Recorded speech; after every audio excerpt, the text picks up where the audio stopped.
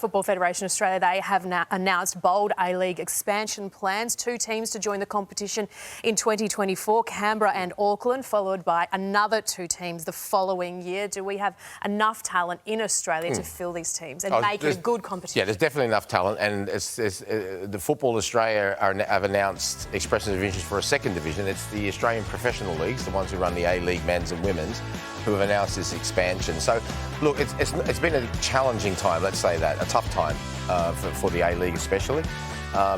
This is a little bit of light, in my opinion. The only thing is the ultimate aim, in my opinion, should be to have promotion and relegation.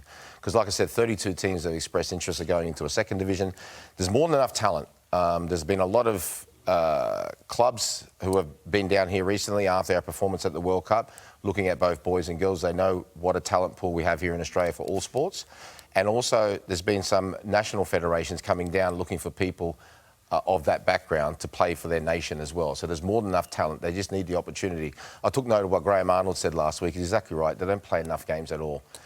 So there are a lot of issues and all that. But like I said, in what's been a bit of a tsunami of bad news locally, this was a little bit of sunlight. Well, let's have a listen to what the Socceroos coach did have to say about the current state of the domestic competition. The A-League has a massive role to play with the national teams, but in my view, and I probably can say this here, but, you know, we don't play enough football. 25 rounds is not enough. The boys who go overseas, they go from 25 rounds to 48. And how do you get better at golf? How did you get better as a batsman at cricket? It's practice. And even though it's a team sport, it's still individual, and making sure that the boys get enough football. That was Graham Arnold on Sports Sunday last week. Do you agree with him? 100%. He's spot on. He's absolutely spot on. But that's been an issue for quite some time. And I mean, there's so many issues even with youth football and all that. Atlanta, there's really not a youth tournament. I think that really goes on at this moment in time. And look, there's 211 nations that play football, soccer, whatever you want to call it. Okay, 206 of them are developing leagues in different types of levels. Okay, and we're one of them. There's no shame in that because, the top 5 leagues are the top 5 leagues. Always will be, always have been, and like I said, perhaps always will be.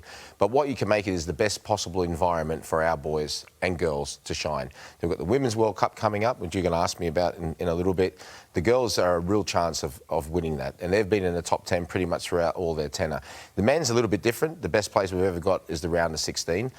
It's simple as this, Ros, and I know I don't want to embarrass you here, right? But if I want to be a great presenter, if I hang around you continually, I might start off being really, really that far away from you. But if I continually work with you, play against you, I will close that gap. Exactly the same in any sport, okay? The person to be learning. All right, well, I hear you get embarrassed. Play against the best to be the best, though, don't you? Well, no, you do. And like I said to you, there are clubs or big clubs who have come down here, I know because I've been in contact with them, and actual football federations, because they saw what we've achieved in the women's, and they saw just recently now in the World Cup in Qatar, what the men's are there. They're going, wow, because, football is really global and prices are getting extortionate for some of the big countries. They know Australia is pretty much an untapped market, and they can come and get these youngsters at a young age. There is more than enough talent for it.